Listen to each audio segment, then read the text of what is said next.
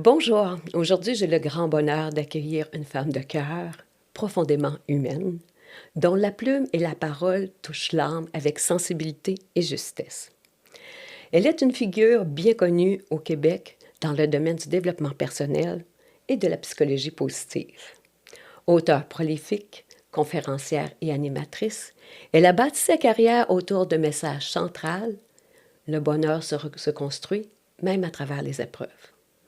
Dans la lumière de ses prises de parole et de ses écrits, elle nous invite chacun à s'intérioriser davantage, à écouter nos émotions et à sentir le vrai sens de la vie.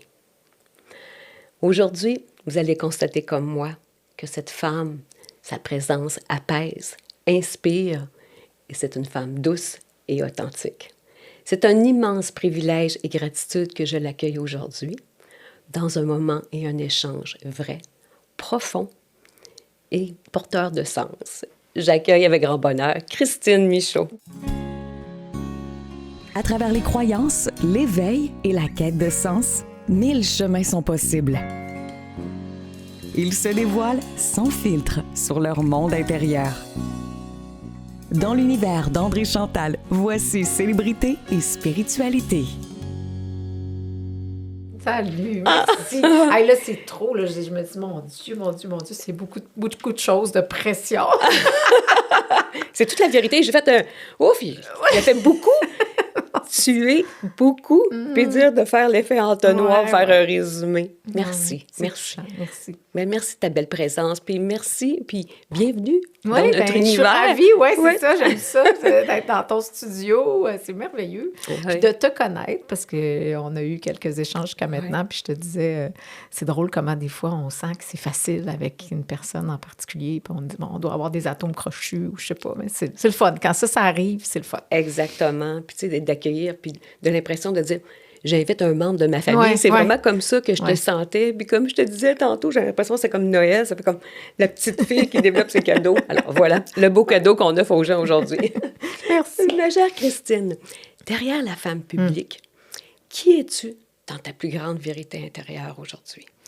Mais je pense que je suis la même, j'espère.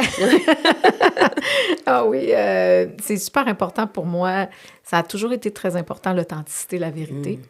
Puis encore plus, je dirais même depuis l'avènement de la COVID, de tout ce qui se passe dans le monde, je me dis ça part par ça.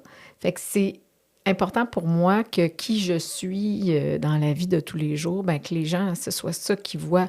Puis je fais très attention, tu sais, j'adore étudier, je fais des études depuis plusieurs années. Bon, il y a eu différentes expériences, j'avance en âge, fait que ça vient avec.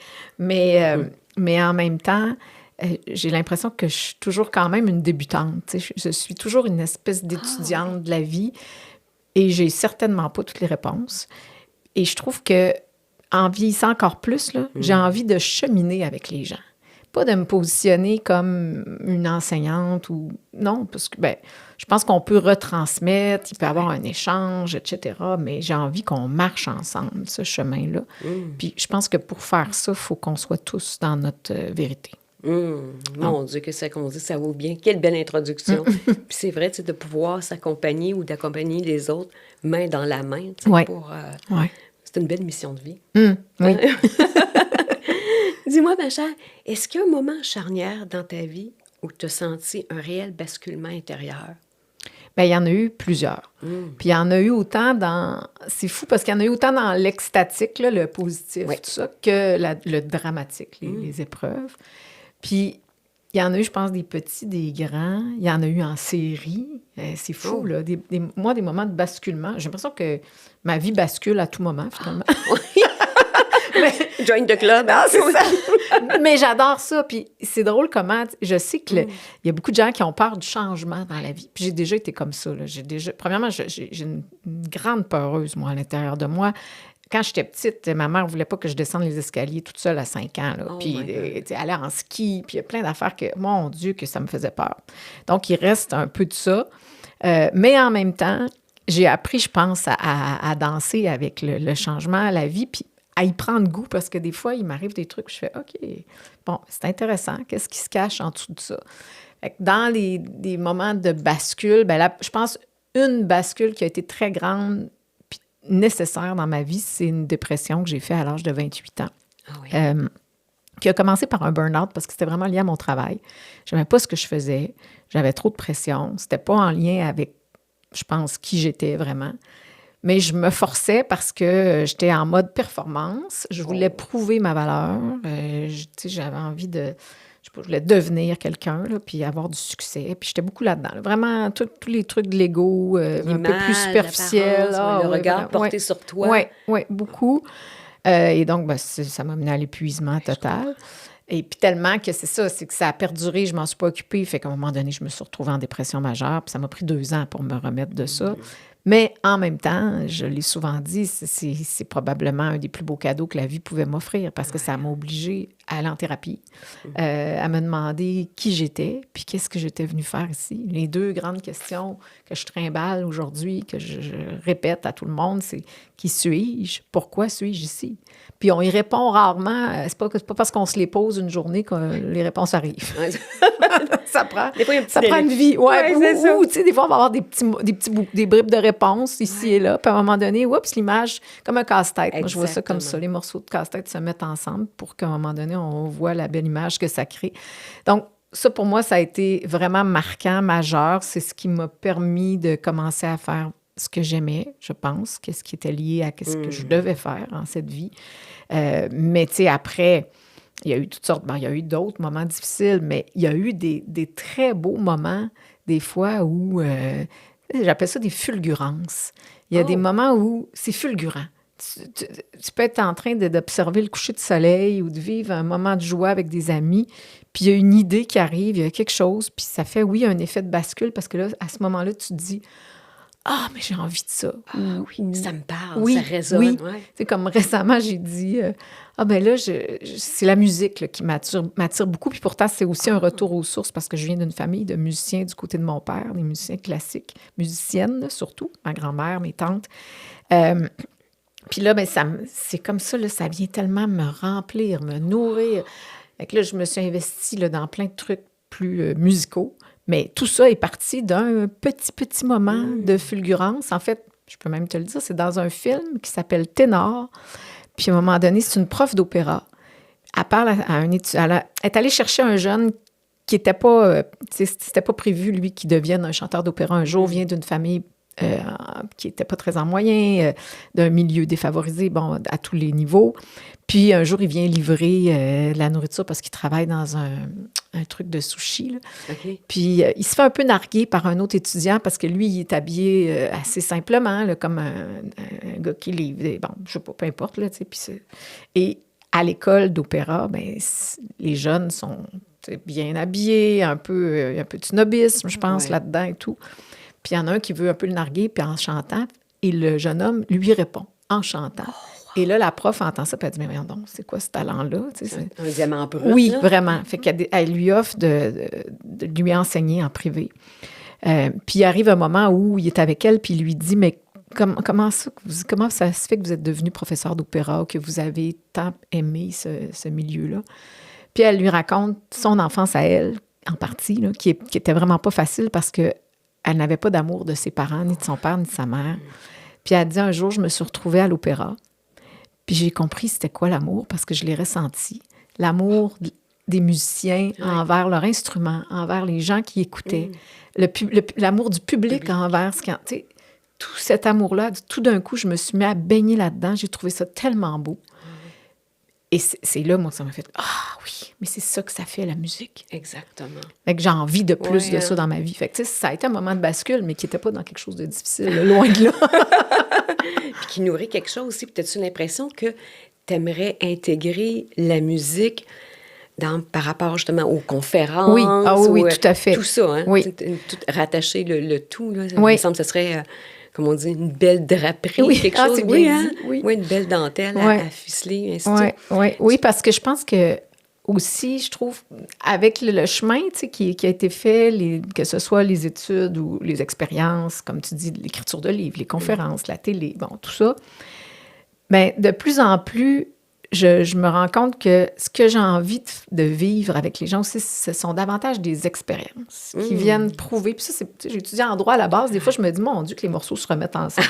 Je trouve que c'est la meilleure façon de prouver qu'est-ce qui peut nous aider en tant qu'être humain à être bien et à mieux vivre. C'est peut-être de vivre ces expériences-là qui viennent toucher notre âme. Tu sais, il y a des études en psychologie positive qui parlent du sentiment de l'élévation de l'âme chez l'être humain. C'est tellement beau. Bien, on va vivre ça justement dans des moments où on voit de la beauté morale, de la beauté physique. Par la musique. Par la musique, par tout ça. Fait que, là, je commence, c'est nouveau. Là, c'est un souhait que je réalise, mais j'organise des événements où, effectivement, j'engage des musiciens, puis ça fait partie de l'expérience. De l'expérience, oui. Puis il y a des choses, mais je dis pas tout. Là, je me garde des petites surprises. C'est une grande invitation. Oui, c'est ça. Mais tu parles... Écoute... J'ai le goût de rebondir là-dessus. Tu sais, tu parles de musique, de chant et ainsi de suite. Et tu as soulevé quelque chose de tellement important. À l'adolescence, moi, j'ai vécu une expérience de mort imminente. OK? Les gens disent « Ah, moi, j'ai vu le tunnel de lumière. » Moi, ça ne s'est pas manifesté comme ça. Mais c'était des chants d'anges incroyables. Écoute, d'abord, je ne souffrais plus. Hein? Ouais. Et c'est la première fois, Christine, que je sentais l'amour pur, l'amour inconditionnel, la béatitude. J'avais l'impression que j'étais importante. Fait que tu comprends bien que je ne voulais pas revenir, hein? Parce que pour moi, c'est comme si j'avais touché à l'amour inconditionnel. C'est comme beau, tu vois, ben, ça a bien l'air que... Non, tu n'avais pas terminé. Non, c'est ça, tu n'avais pas fini ta job ici, là, c'est clair. Mais c'est vrai, tu parles de ça, puis je le vibre juste en nommant musique, et ainsi de suite.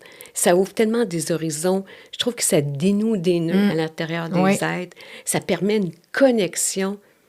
C'est magnifique ce que tu expliques là, puis ce que tu as vécu. Puis bon, c'est pas tout le monde, évidemment, qui vit ça, mais je crois qu'il y a des portes d'accès qui mènent au même endroit. Tu sais, bon, mettons, le EMI en est une, probablement, qui est assez intense, quand même, avouons-le.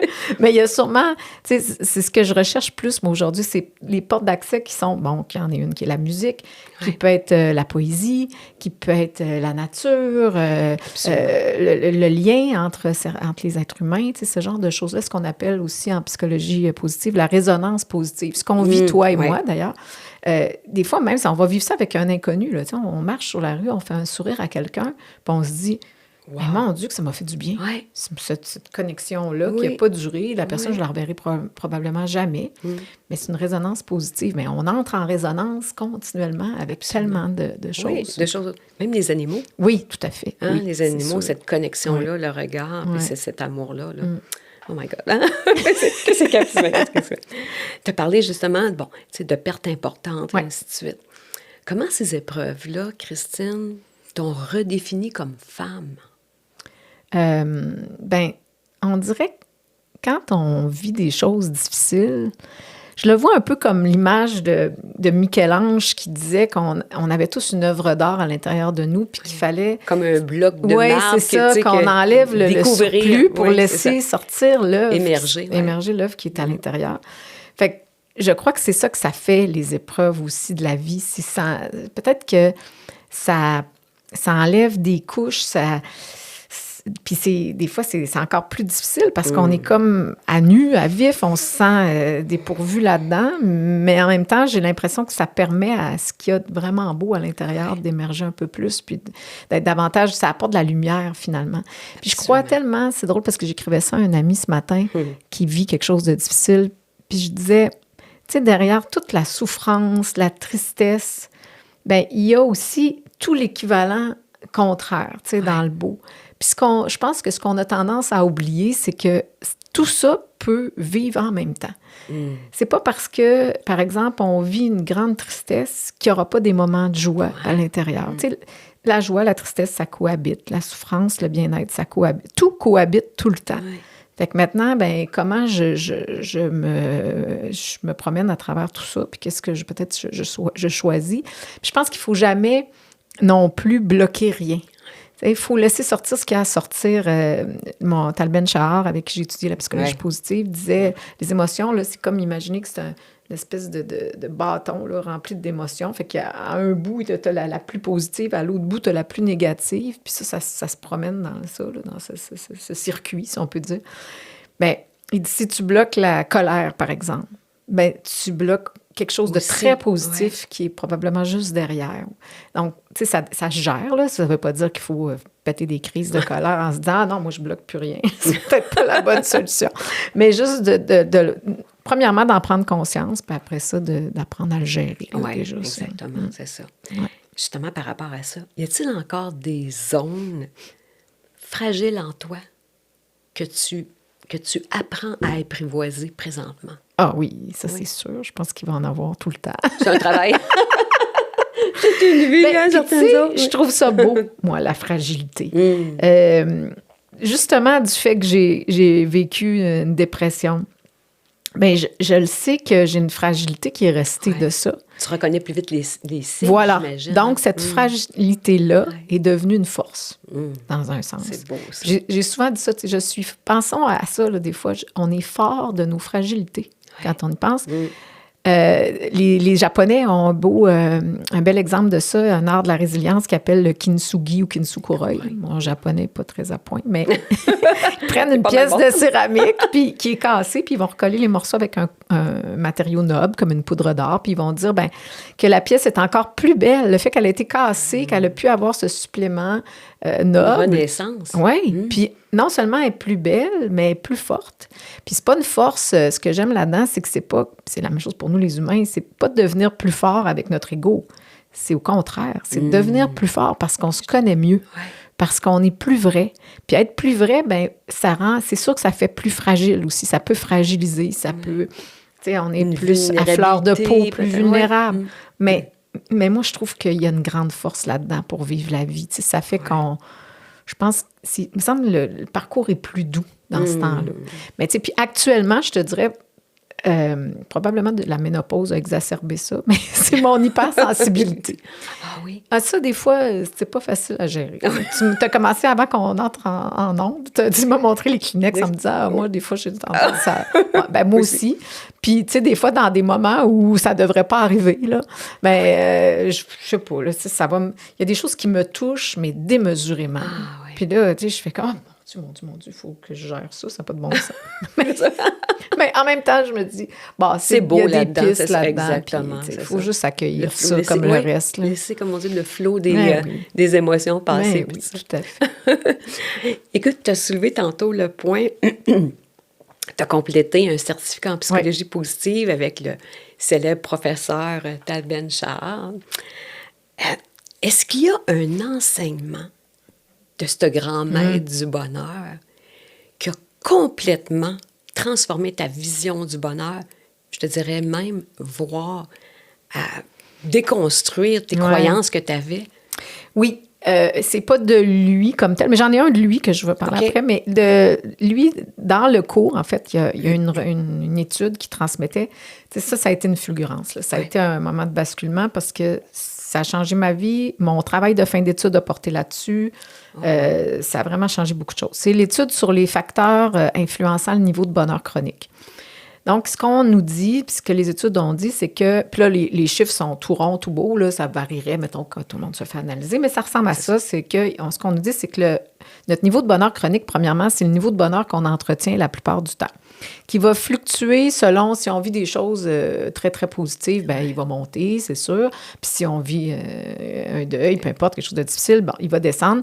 Mais ça va durer un temps, puis il va revenir naturellement se placer où il était. C'est un peu comme un thermostat dans la maison. Si on demande que la température soit à 20 degrés, ça va rester là. Donc, on a la même chose en matière de bonheur à l'intérieur de nous. Mais maintenant, à quoi c'est dû? Qu'est-ce qui explique ça? Bien, ce qu'on nous dit, c'est que d'abord, pour environ la moitié, 50%, c'est notre génétique.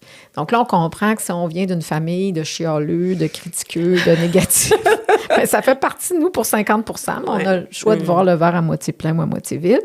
Ensuite, il y a 10%, c'est nos circonstances de vie. Ça veut dire ça, je vis où, avec qui je gagne combien. Vraiment, là, à peu près tout ce qu'on pense qui rend plus heureux dans la vie en général, c'est là-dedans, puis ça ne compte que pour 10%.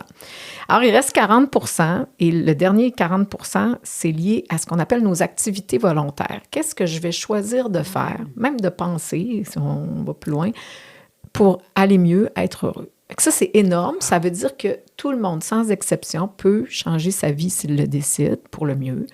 On peut Il y a toujours quelque chose qu'on peut faire. Viktor Frankl, qui a fait les camps de concentration, en est un excellent exemple, a travaillé aussi sur cette question-là. Mais moi, où ça a changé quelque chose, c'est que j'étais dépourvue devant des gens qui se plaçaient en victimes.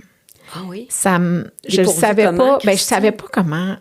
Quand je faisais face à ces gens-là, je savais pas. Que ce soit dans la vie de tous les jours, ça m'attristait beaucoup. Je me disais, mais c'est donc bien plate qu'il se jette un mauvais sort. C'est comme le couperet est tombé. Moi, c'est ça, puis ça ira jamais mieux. Puis ça va rester là. C'est d'une tristesse monumentale. Bon, j'avais des gens près de moi aussi qui étaient comme ça, puis ça me faisait de la peine. Puis des fois, ça me choquait aussi. Des fois, je trouvais que c'était une voie facile, une voie d'évitement facile pour dire, je ferai pas d'effort, je ferai pas d'action. Moi, c'est comme ça. That's all. Puis là, je me suis intéressée à cette recherche-là, parce que c'est une grande recherche, méta-recherche, avec beaucoup de monde qui ont participé. Puis après, je suis allée plus loin dans tout ça pour me rendre compte que vraiment, c'est fou le pouvoir qu'on a sur notre vie. Donc, à partir de là, moi aussi, là, des fois, je peux être tentée de me positionner en victime dans différentes choses qui m'arrivent, peu importe. Mais j'ai toujours cette étude-là qui est là dans ma tête, qui me dit « Oh, un instant, là ».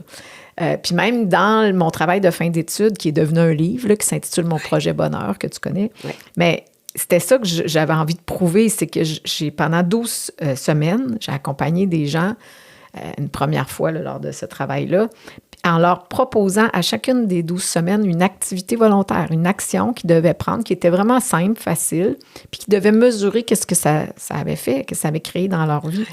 Mais c'est fou parce qu'on a tellement démontré que c'était ça.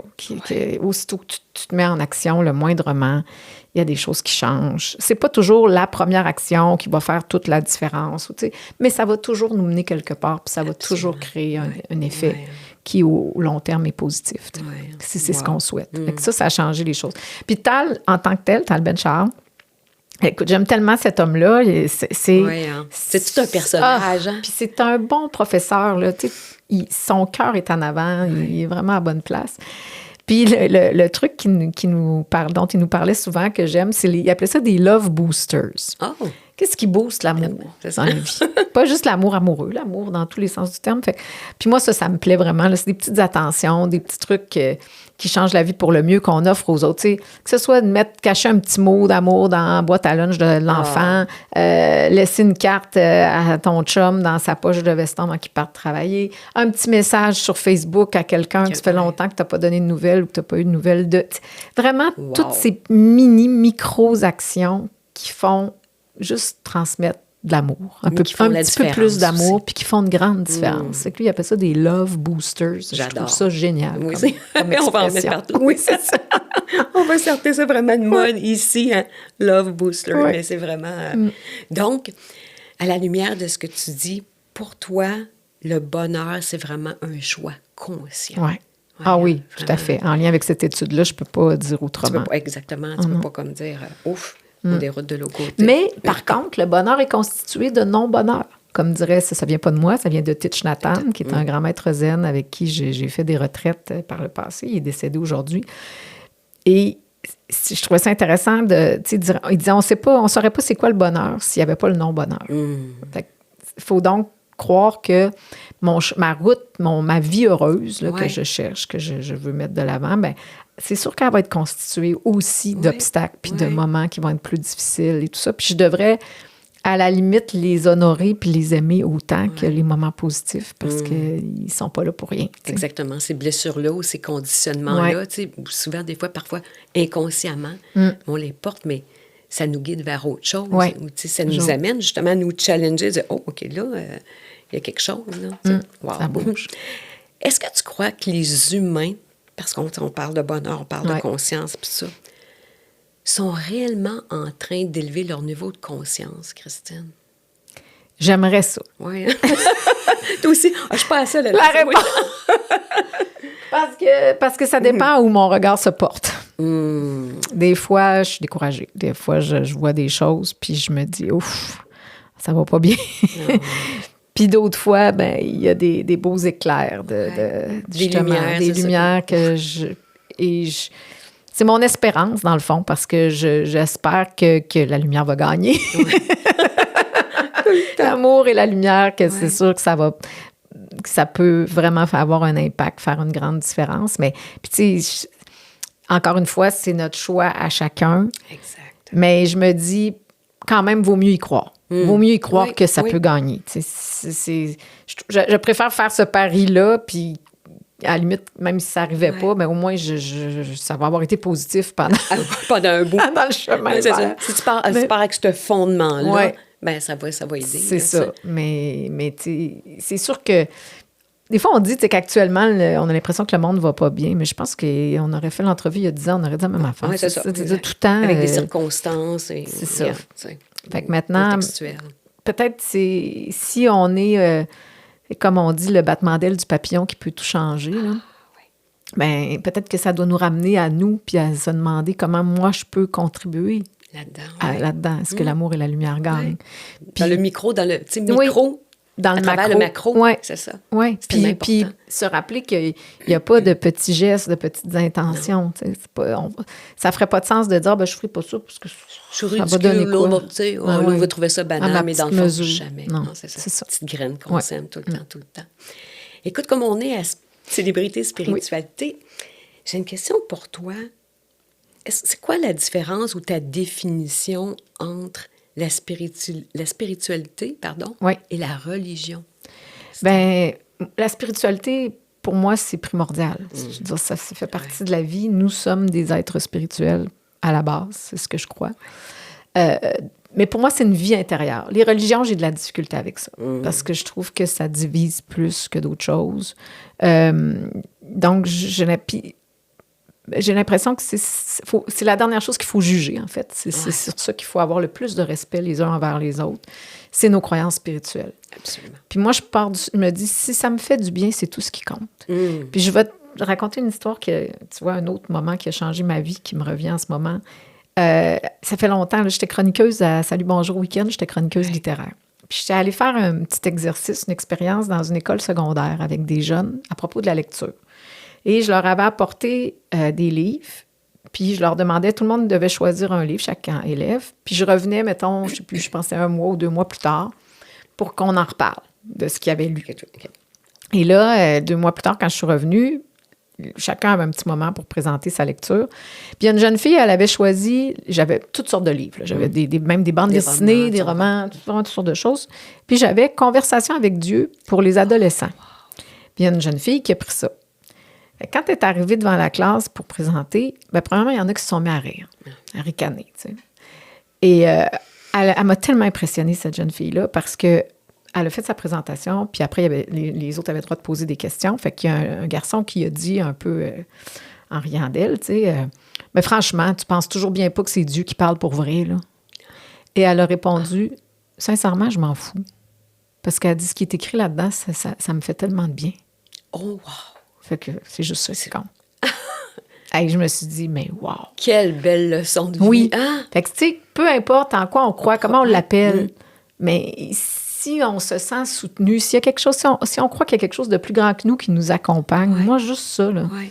Puis qui nous apaise intérieurement quelque part, là. Puis probablement qui illumine notre route, qui vient nous guider de temps à autre, là, tu sais, les synchronicités, des petites affaires qui arrivent, qu'on se dit, mais voyons donc, c'est assez particulier. Moi, j'ai envie, je peux pas faire autrement que d'y croire. Mais maintenant, bon, moi, je l'appelle Dieu parce que j'ai été élevée comme ça par une grand-mère qui était très pieuse, très croyante, etc. Mais, tu sais, je suis allée faire des retraites bouddhistes, j'ai étudié la Kabbale, et tout ça m'intéresse au plus haut point. Puis finalement, ça me fait penser au livre de Frédéric Lenoir, L'âme du monde, là, où dans le fond, ce qu'on comprend en lisant ce livre-là, c'est que, justement, tous les courants spirituels ou religieux, les fondations sont souvent les mêmes. C'est ça, un fil conducteur. C'est ça. Oui. Exactement. Après ça, bon, c'est ça. Ça ne change plus rien. Mais je trouve que c'est quand même important de nourrir la vie intérieure. Oui, absolument. Puis de se connecter à quelque chose. Puis, par rapport à tout ça, tes intuitions, est-ce qu'elles occupent une place importante dans des grandes décisions de ta vie ou même des petites décisions? Énorme place, tout le temps. Encore plus en vieillissant. Moi, je dis souvent que j'ai une petite Christine à l'intérieur de moi qui dansent. Alors, des fois, puis là, j'ai des amis ou des collègues qui sont rendus, qui connaissent ça. Là. Fait que là, ils me disent, bon, ils me proposent des choses, mettons, ils vont me dire, la petite Christine, elle danse-tu? Là? Là, oui ou non. Ouais, c'est ça. Et c'est fou, là, mais c'est vraiment le feeling que j'ai. Il y a comme une petite fille qui danse en dedans de moi. Quand j'ai dit oui à ton invitation, c'est parce que la petite Christina dansait. Mais il y a des choses, des fois, même ça me surprend. Des fois, il y a des trucs qui me sont proposés. Puis je me dis, non, tu sais, c'est beau, ça. Ça pourrait être là. Il me semble que je devrais avoir envie de dire oui à ça. Mais la petite, elle danse pas du tout. Non, ça. Faut que je fasse, parce que c'est pas le moment là, peut-être. Ou c'est pas ça, tu sais. Et je me rends compte que plus j'écoute ça, mieux je me porte. Et plus je fais les bons choix. De vie. Ah, vraiment. Puis même, je vais aller plus loin. Je trouve important de prendre soin de notre corps dans la vie pour ça. Parce que sentir ça, là, c'est difficile à expliquer, là, mais c'est comme un élan intérieur. Tu sais, s'il y a quelque chose qui bouge en dedans. Puis j'ai l'impression que si on est fatigué, on s'alimente pas bien, on bouge pas assez, on prend pas soin de nous, ça va être difficile de sentir ça aussi. C'est comme de prendre soin de notre véhicule pour pouvoir transporter le tout. Oui, exactement. Je trouve ça fort enrichissant ce que tu dis. Ouais. Ah. Justement, on parle de synchronicité, et ainsi de suite. Est-ce que tu as déjà vécu une expérience que tu qualifierais de sacrée ou d'inexplicable? Oui, quelquefois. Plusieurs, j'imagine, oui. Ouais. Hein? Quelquefois. Puis, tu sais, il y en a une qui me vient là, puis c'est drôle que ce soit elle. En tout cas, c'est mon chien, pas celui le chien que j'ai en ce moment, l'autre d'avant, qui s'appelait Toto. J'étais allée faire une retraite de méditation avec Deepak Chopra, mais il y avait aussi Martha Beck, Jeannie Houston. Donc puis c'est en Ontario, je pense, me semble.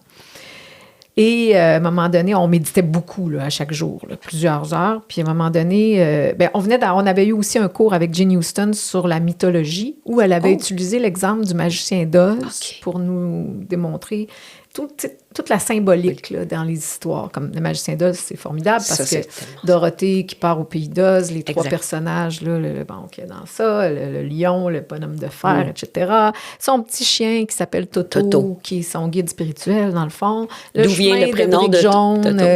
C'est ça, d'où vient, t'as tout compris. Alors, mais donc, je sors de méditation, d'une longue méditation. J'avais eu ce cours-là avant, puis je sors de méditation.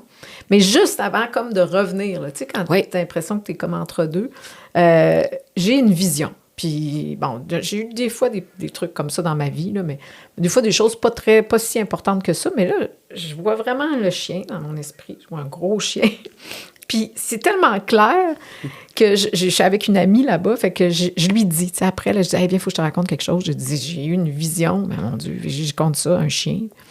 Puis elle me fait remarquer que depuis quelques jours, à chaque jour, on allait marcher c'était à Whistler, parce qu'on allait dans le village. Okay. Puis elle dit, t'as pas remarqué, elle dit, les derniers jours, t'as eu 3 fois des chiens qui sont venus vers toi. Tu sais, genre, le chien part avec ses maîtres, puis il s'en vient me trouver. Puis j'avais jamais eu de chien de ma vie, fait que j'étais pas dans ça vraiment. Fait que là, je me dis, c'est fou, hein, mais je pense que je vais avoir un chien. Mais j'ai dit, là, j'ai pas une vie pour ça, pas en tout. C'est bien bizarre, cette affaire-là. Puis j'ai dit, je vais aller plus loin. Ce chien-là, on dirait qu'il vient me sauver. Il y a une mission, là, tu sais. Fait que là, elle me dit, tu l'appellerais, tu sais comment tu l'appellerais?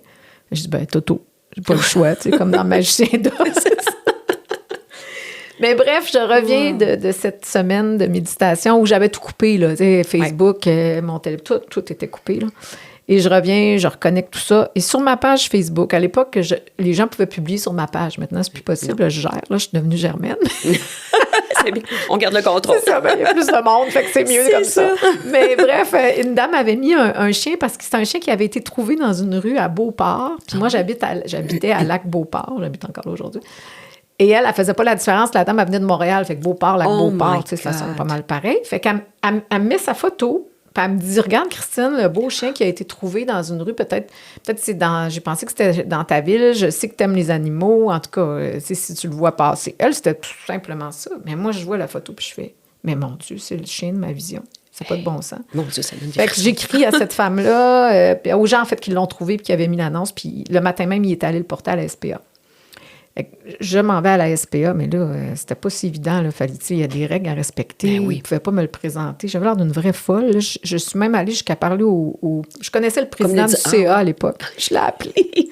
Mais là, t'imagines, je dis « Salut, c'est Christine Michaud. » C'est parce que j'ai eu une vision. Ah, tu as expliqué comme ça. Hey, après, là, je repensais à mon discours. Là, je me disais, tu sais, j'y ai dit que je revenais d'une semaine de méditation, que, bon, j'avais pris un cours de mythologie, puis de la vision. Hey, je me suis dit, je dois dire, hey, Mike, elle en fume du bon, elle, maintenant. Mais bref, il a quand même organisé ça. Mais t'étais portée vers ça. Oui, j'ai pu aller le voir. Puis, il était dans une section avant là, d'être mis en adoption, parce que, premièrement, il n'aurait jamais été mis en adoption, ce chien-là. Il avait été probablement battu. Et ils ont accepté que je l'adopte parce que je me suis engagée à aller... Il avait quel âge? Hein? Ben, on ne le sait pas trop. Il devait avoir comme 4 ans, là, selon sa dentition. Oui, c'est ça. Et donc, puis parce que je n'avais pas d'enfant, je m'étais engagée, première année, là, j'avais des règles assez sévères à respecter. Ah oui, c'est tout un contrat. Oui, oui, oui. Tout un engagement. Mais j'avais pas le choix. Je suis arrivée dans cette allée où c'est tout du grillage, puis il y a plein de chiens qui sont en attente, là, qui viennent d'être retrouvés ou laissés à la SPA, puis là, ben, il faut qu'ils passent des tests médicaux, psychologiques, etc. Fait qu'ils sont là. Fait que tu rentres là, ils jappent tout après toi, là, parce qu'on dirait qu'ils te crient tous. Ouais, viens me chercher, oui, c'est ça. Toto, qui ne s'appelait pas Toto, était assis dans sa cage, calmement, là. Il était le dernier au bout. Je suis arrivée devant cet enclos-là, puis il me regardait dans les yeux, là, puis on aurait dit qu'il me disait, bon, enfin t'es arrivé. Là. Tellement que la personne qui travaillait à la SPA l'a vu. Elle m'a dit, oh mon Dieu, c'est bizarre, cette affaire-là. Fait que, et pour moi, il y a quelque chose de sacré là-dedans parce que, bien sûr que c'est un animal, c'est pas un humain, ça aurait pu être un humain. Mais même à ça, c'est pour moi la preuve qu'il y a des rencontres nécessaires dans la vie entre différents types d'êtres, que ce soit des êtres humains ou des animaux, des êtres humains, peu importe. Et c'est vrai que Toto m'a sauvé la vie là, pendant qu'il a été avec moi 9 ans. Et toi aussi, et vice-versa. Et vice-versa. Vous êtes accompagnés, nourris mutuellement. Merveilleusement, exactement. Fait que, quelle belle histoire. C'est ça. Les animaux. Hein? Oui. On pourrait en parler longtemps. Oui, c'est sûr. Tantôt, tu parlais de livres. Écoute, tu as écrit plusieurs livres extraordinaires, dont quelques-uns des best-sellers. Lequel de ces livres, tu dirais, qui te ressemble le plus aujourd'hui? Bien, ça, c'est drôle. Puis je vais faire une confidence, quelque chose que j'ai jamais dit nulle part. Premièrement, je pense que c'est mes romans. J'ai écrit 2 romans. J'ai écrit 18 livres, mais sur les 18 livres, il y a 2 romans. Et le premier roman que j'ai écrit, il était quand même très autobiographique. C'est souvent ça qui arrive. Exact. C'est la matière première qui est là. Et ça s'appelle « Une irrésistible envie de fleurir ». Parce qu'en psychologie, ça parle de psychologie positive aussi. Puis en psychologie positive, on dit que l'humain doit fleurir. Et j'ai mis dans ce roman-là une petite fille qui s'appelle Adélaïde et qui est assez particulière, c'est vrai, dans sa manière de percevoir la vie, dans ce qu'elle dit, ou peu importe. Et au Québec, ça a bien été. Au Québec, ce livre-là a bien fonctionné, tout ça. Il est arrivé en France après. Et là, j'ai un peu fait rire de moi. Les critiques par rapport à ce livre, c'était, on n'y croit pas du tout à la petite. Personnage de la petite fille, là. Et ça m'a fait mal. Puis en même temps, c'est parce que ça m'a attristée, parce que je me suis dit, mais si on n'est pas capable de croire à cet enfant-là, ça va pas bien. Non, c'est ça. Puis en même temps, cet enfant-là, c'est beaucoup moi. C'est toi. Fait que c'est comme, voyons donc. Là, j'ai relu. À un moment donné, j'ai dit, je vais relire des parties. Là, ça t'a amené vraiment... C'est pas si pire que ça, là. Mais bon, fait que ça, je pense que si tu me demandes lequel des livres me ressemble le plus, c'est sûrement lui parce qu'il y a beaucoup. Il y a tu sais... Partie de ton histoire. Oui, la petite, celle qui va éventuellement l'adopter, qui est en fait le personnage principal de l'histoire. Juste comment l'histoire débute. Puis ça, c'était drôle. C'est quand même une anecdote, c'est que les gens qui sont très proches de moi, qui me connaissent bien, quand ils ont lu le livre au début, il y en a qui n'étaient même pas capables de faire la part des choses entre qu'est-ce qui était vrai et ce qui ne l'était pas. Puis je me rendais compte que, tu sais, il y a des choses qui font mal dans la vie dont on parle moins. Fait que là, mettons, je me disais, hey, ça, Christine, t'es allée chercher ça où, là, c'est quand même capoté qu'elle vive ça. Je dis, oui. Ça, c'est parce que je l'ai vécu, c'est pour ça que je suis capable de l'exprimer comme ça. Mais bref, fait que ça, c'est une chose, une irrésistible envie de fleurir. Puis sinon, Ben, on dirait que c'est parce que les deux romans, je pense que aussi, c'est drôle, j'y pense là. Une irrésistible envie de fleurir, c'est probablement plus mon passé, là, jusqu'à aujourd'hui. Puis d'aujourd'hui à plus tard, ben, ça serait Il est temps de vivre la vie que tu t'es imaginée, qui est mon autre roman. Surtout, encore une fois, pour un personnage qui, là, n'est pas du tout moi, mais qui est peut-être, oui, ou en tout cas une partie rêvée de moi-même ou espérée, qui s'appelle Franny. Le personnage, c'est Franny, son vrai nom, c'est Annie. Puis elle m'est arrivée en une nuit. Tu sais, quand tu parles d'expérience un peu particulière. Ça, c'est sûr que quand j'écris, moi, c'est très, très connecté. Là, il m'arrive des choses un peu folles, dont cette nuit-là où je me réveille. Puis je dis à mon conjoint de l'époque, je dis, j'ai comme un personnage de roman qui vient venir me voir. Il dit, ah oui? Je dis, oui. Je dis, c'est vraiment présenté. Wow. Fait qu'il dit, alors de quoi? Tu sais, je dis, ben, c'est une vieille dame excentrique, là, vraiment. Mais en même temps, une joie de vivre incroyable. Puis j'ai dit, c'est particulier parce qu'elle m'a dit qu'elle s'appelait, son vrai nom, c'est Annie, mais elle s'est elle-même rebaptisée Franny. Elle a rajouté les lettres F et R pour fabuleuse et récalcitrante. Puis là, moi, je me dis, hey, juste ça, il faut que j'avance.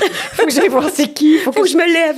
Non. Puis après, là, je marchais tous les matins à cette période-là.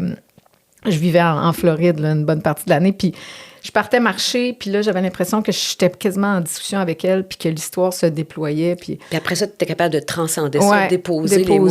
Puis non, c'est tombé fascinant. Et donc, puis il y a beaucoup dans cette histoire de trucs dont je rêve, tu sais, dont une chaire de recherche universitaire sur des sujets comme sur lesquels je travaille. C'est ça, c'est quelqu'un qui te touche. C'est ça. Écoute, je te le souhaite.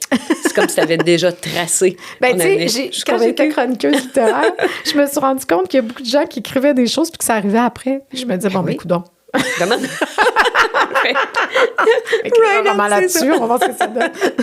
Oh my God.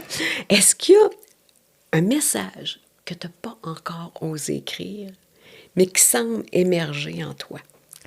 Bien, je suis pas sûre qu'il y a quelque chose que j'ai pas osé. Je pense que j'ai osé beaucoup jusqu'à maintenant. Puis je continue de le faire. Mais il y a le roman sur lequel je suis en train d'écrire en ce moment, qui va sortir au printemps prochain, qui est sur l'émerveillement. Mais là où je pense que c'est la combinaison d'un peu tout le parcours là, que j'ai fait, les études, etc., jusqu'à maintenant, mais où aussi je choisis d'aller dans une pure vérité. Là. Et puis, il n'y a pas de...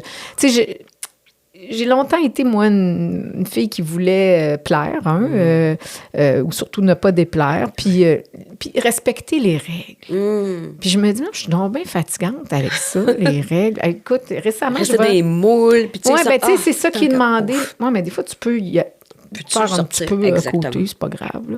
Je te donne un exemple. Là, je suis allée à une soirée bénéfice là, récemment, puis là, ça disait sur l'invitation, les femmes, on vous suggère d'être en robe, puis autant que possible, couleur printanière.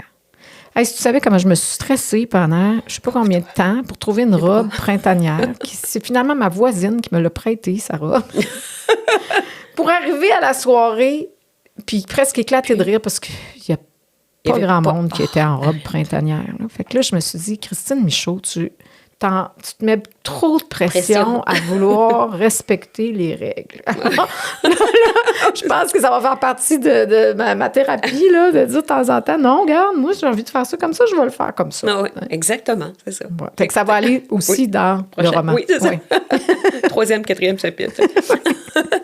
Tu en as parlé légèrement tantôt, tu as mis au monde une très belle et inspirante revue, Reva.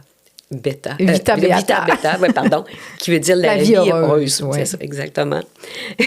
Écoute, à travers celle-ci, tu nous invites à une vie plus connectée, plus alignée. Comment qu'on reconnaît le moment où est-ce qu'on commence réellement à habiter notre vie, Christine, au lieu de dire, bon, qu'on la traverse simplement? Oui. Peut-être quand on arrête de respecter les règles. Oh. Non. Pour donner suite à ce que tu viens de dire, c'est ça? Non, mais je pense que ça va beaucoup avec, pour moi, la présence et l'attention, puis la responsabilité. Oh, oui. Et je crois qu'il faut à un moment donné, il faut devenir vraiment un adulte, là, puis dire, je suis responsable de mes choix, je suis responsable de ma vie, puis si ça ne va pas comme je veux, et donc, c'est ça, je pense que c'est justement la posture de victime dont on parlait plus tôt qui fait qu'on se laisse bardasser un peu trop, on se laisse atteindre, puis tout ça. On oublie notre pouvoir quand on fait ça, finalement. Puis un mot que j'aime beaucoup ces temps-ci, c'est le mot redressement. Oh. Puis je trouve que faut se tenir droit devant la vie. Faut se redresser. C'est comme ça qu'on l'honore. C'est comme ça qu'on est davantage dans notre pouvoir. Ouais.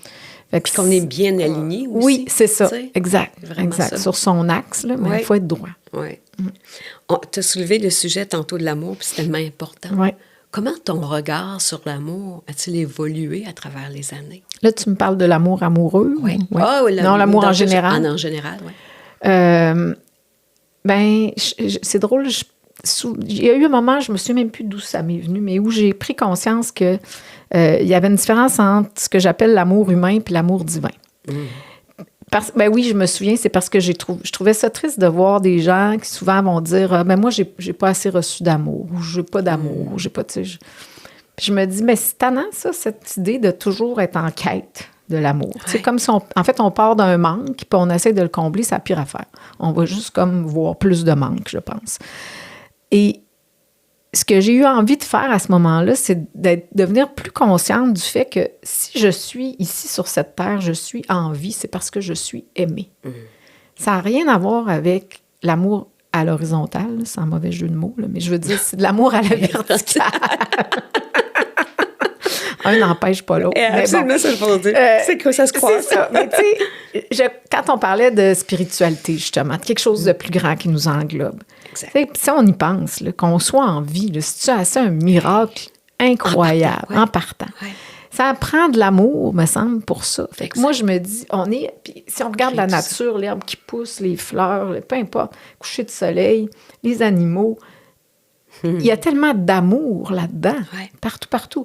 Fait que moi aussi, je viens de ça, puis j'en bénéficie, ça me nourrit, ça me remplit. Fait que je trouve que plus on est capable, me semble que plus on est capable de prendre conscience de ça, moins on va avoir besoin d'en demander. On va avoir moins l'impression qu'il nous en manque. Parce que moi, je me dis, mais non, c'est déjà plein. Comment ça qu'on voit pas ça? Ça se peut qu'il y ait des gens qui nous aiment pas, mais oui, ça va toujours être comme ça. Puis il va y avoir des périodes de vie où on a l'impression, effectivement, que peut-être qu'on est moins aimé. Puis même, tu sais, je dis ça, puis ça fait même plus de sens dans mon esprit. Ça se peut pas.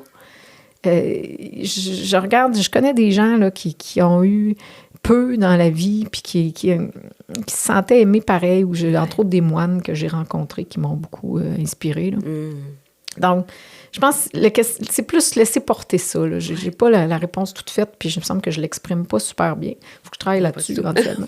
mais au moins, juste réfléchir à ça. Tu sais, dire, je peux-tu essayer de voir tout l'amour autour de moi, puis prendre conscience que j'en fais partie. Sortir de mon petit moi, dans le fond, puis aller vers le soi dont Jung parle, Carl Gustav Jung, là, qui est quelque chose de tellement plus grand qui fait partie de moi aussi. Mais ça, c'est juste de l'amour. Oui. Puis tu sais, j'ai goût de te dire là-dessus, bien, ça commence par soi. D'abord, avant tout par soi, pour laisser émaner ça vers les autres. Parce que des fois, les gens disent, est-ce que l'amour, ça commence par soi ou ça se révèle plus à travers de l'autre? Oui, c'est ça. Non. C'est aimer ou être aimé. Ben, c'est ça, tu sais. Non, aime d'abord. Oui, c'est ça. Mais aime, puis aime-toi, puis après ça, mais aime-toi, tu vois, ça, je trouve ça difficile pour certaines personnes. Okay. Je me dis, des fois, s'aimer soi-même, ça fait, je sais pas. Mais par contre, se sentir aimé de quelque chose de plus grand, en tout cas, moi, ça me paraît, on pourrait en parler longtemps, ça me paraît plus facile que de dire je m'aime. On va faire un autre podcast là-dessus, c'est trop bon. On a un beau grand volet là-dessus, oui. Mais là, on vous a donné assez de pistes de réflexion. Là, on va arrêter ça là. On a déjà plein de pistes, là. Commencez par réfléchir à ça, ça va être déjà pas pire. Pas suivre dans les livres. Oui, c'est ça, exactement. Tantôt, t'en parlais un petit peu de l'image, ainsi de suite. Comment t'arrives-tu à rester connecté à ton authenticité avec, tellement, les images, l'apparence, tout ce monde-là? Oui, bien, je pense que c'est la petite à l'intérieur. C'est la petite Christine qui m'aide à ça. Ah oui, faut toujours... Je me dis, il faut que je m'efforce de revenir à ça parce que c'est la joie, de cultiver la joie. Quand je suis joyeuse, je me dis, si je suis capable d'être dans la joie, ben je m'en fous. Là, si j'ai quelque chose de travers sur moi ou je n'ai pas fait quelque chose de correct, Non, j'ai envie d'avoir du fun. Ouais. Ça mène à dédramatiser aussi les affaires. Tu sais. Oui. Ouais. Eh bien, un événement l'année passée, justement, j'allais dans une soirée. Moi, j'aime ça des fois faire des liens entre vraiment le matériel puis le spirituel. Là. Mais les choses de la vie, les vraies affaires de la vie. Mais je m'en vais dans une soirée puis j'ai une petite robe en soie. Puis en m'assoyant dans le taxi, je la déchire. Oh mais non! Vraiment, là, d'un côté. Qui fait que, en fait, du côté droit.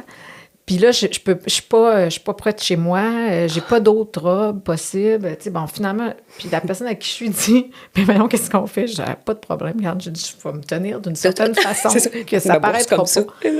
Puis j'ai dit, c'est pas ça qui va m'empêcher d'avoir du fun ce soir. Je refuse de mettre mon focus sur le fait que j'ai déchiré ma robe. Hey, j'ai appris à manger plus de la main gauche, à donner la main de la main gauche. Je ne pouvais plus utiliser ma main droite parce que j'ouvrais trop, là. J'ouvrais beaucoup, là. Mais en même temps, à rire. Puis, tu sais, je voyais des gens que je connaissais, des amis. Puis, à un moment donné, je me levais le bras en disant, regarde, j'ai un petit problème, là, mais c'est pas... Ils disaient, ben voyons, Christine, t'es venue que t'as une robe déchirée. Ben oui, je suis pas partie avec la robe déchirée, là, quand même. Mais j'ai passé une soirée vraiment drôle, extraordinaire. Mais, tu sais, après coup, je me suis dit, ça aurait pu être une soirée pathétique. Ouais. Si c'était parti mettons, avec cette idée-là de noire. Déçu, là, tout le monde va voir ça. Oh, puis après ça, tu as envie de faire épi. C'est ça, exactement. Ouais. Ça. C'est ça. Ah, ma belle Christine. J'ai une grande question à te demander. Oui. Qu'est-ce que ton âme est venue apprendre dans cette vie-ci? C'est une grande question, effectivement. Ce qui me vient, c'est aimer. Je pense que je suis venue apprendre à aimer. Je pense que je ne suis pas la seule. Des fois, je me demande si on ne sait pas tout le monde pareil.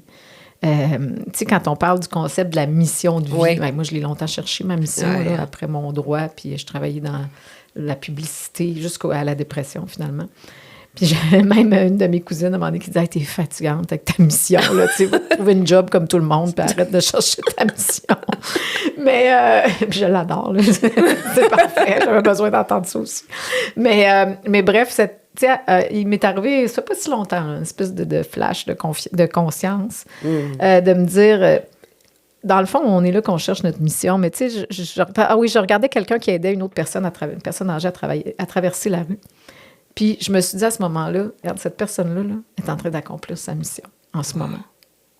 Puis peut-être que c'est ça, la mission, c'est plein de petits bouts de mission, des petits moments où on est au bon endroit, au bon moment, qu'on est vraiment qui on est, en train de faire ce qu'on est supposé faire. Mais toujours, c'est dans l'amour pour moi, ça. C'est l'amour, l'ingrédient qui contribue à ça.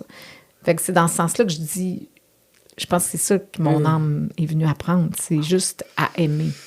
Puis c'est pas dans les choses grandioses, là. Au contraire, c'est dans le tout petit, là, des fois. Puis, Mais c'est une grande mission, mais comme vous dites, ça qui commence par des petites choses, qui va comme dans des choses majestueuses. Ben moi, je pense que ça fait tout le temps des allers-retours. Oui, l'infiniment petit, l'infiniment grand.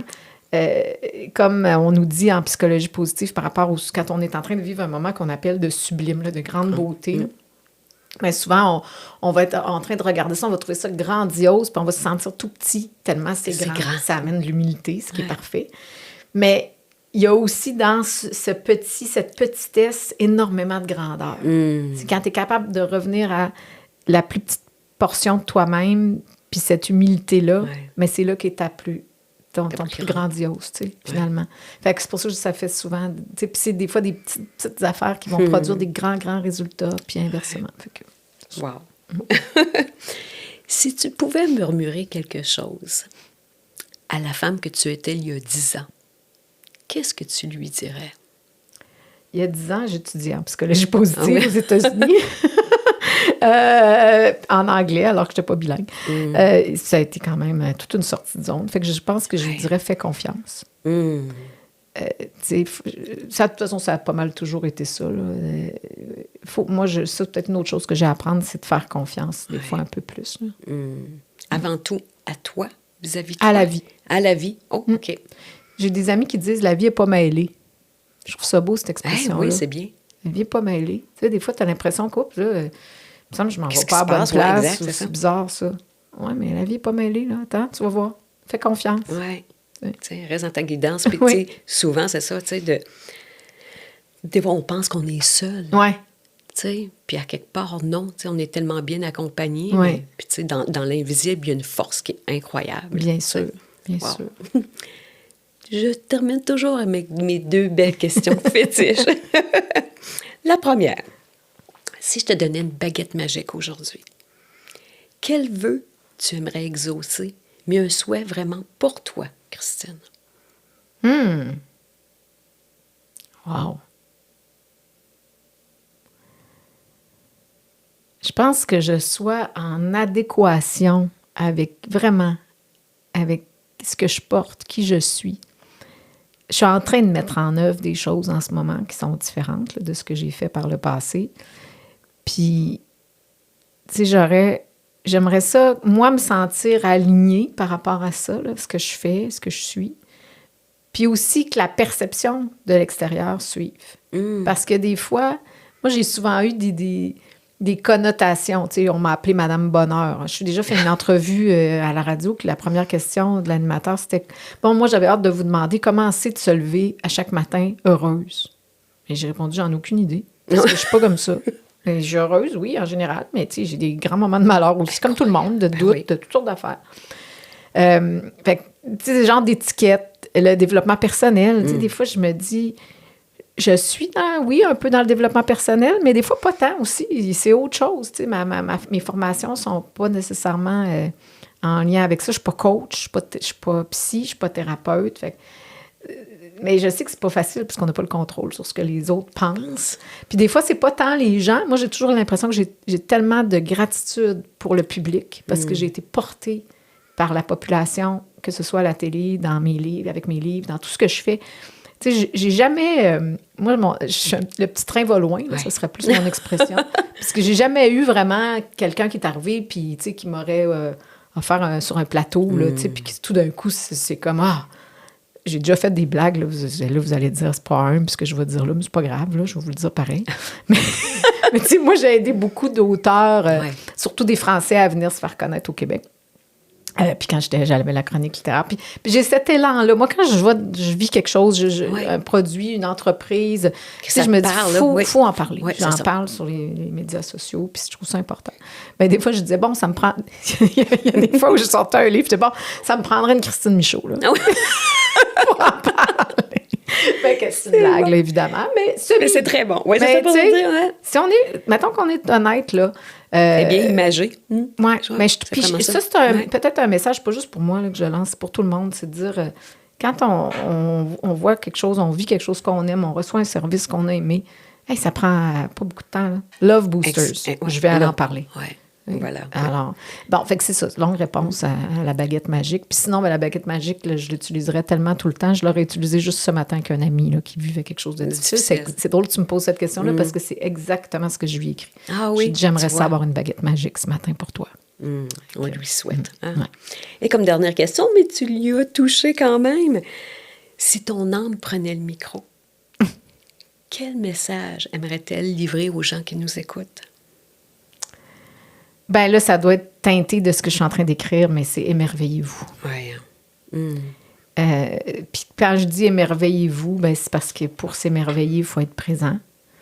Il faut être attentif. Il faut, des fois, justement, peut-être c'est pas tant... Il n'y a rien à rajouter. Des fois, c'est plus à enlever, à se rendre disponible à ce qui est beau, à ce qui nous touche l'âme, justement. Fait que oui, moi, je pense que le chemin de l'émerveillement est particulièrement aidant. Être à l'écoute. Ah, mon Dieu, tu termines, c'est tellement enveloppant. C'est comme moi. Non, mais moi, j'ai passé un moment exquis. J'ai l'impression qu'il n'y avait pas de caméra. C'est comme, non, j'étais toute seule avec toi. Je trouve ça du bonbon. Génial, c'était génial. une symphonie pour l'âme. Merci, merci. Merci, mon Dieu, il est tout en émotion. Les Kleenex. Oui, les Kleenex, on est sortis là pour rien. Ils sont tout proches de moi. T'as-tu vu? Merci. Merci pour ta belle lumière. Merci aussi pour la vérité que tu as partagée avec nous aujourd'hui. Puis, sais-tu quoi, j'ai goût de dire? Je fais le souhait. Je fais le souhait que les gens qui nous écoutent, que chacun de ces êtres-là puisse repartir avec un petit peu plus de conscience, un petit peu plus de beauté, de vérité, d'émerveillement, de douceur sur leur propre chemin. C'est magnifique. Merci. Merci, quel cadeau. Merci à toi. Alors, j'espère que vous avez partagé, que vous avez goûté à ces moments, à ces enseignements, ces belles leçons de vie avec notre belle Christine Michaud. Et on se dit pour nous un prochain rendez-vous. Si ce n'est pas déjà fait, je vous invite à vous inscrire sur ma chaîne. Abonnez-vous dans l'univers d'André Chantal. À très bientôt.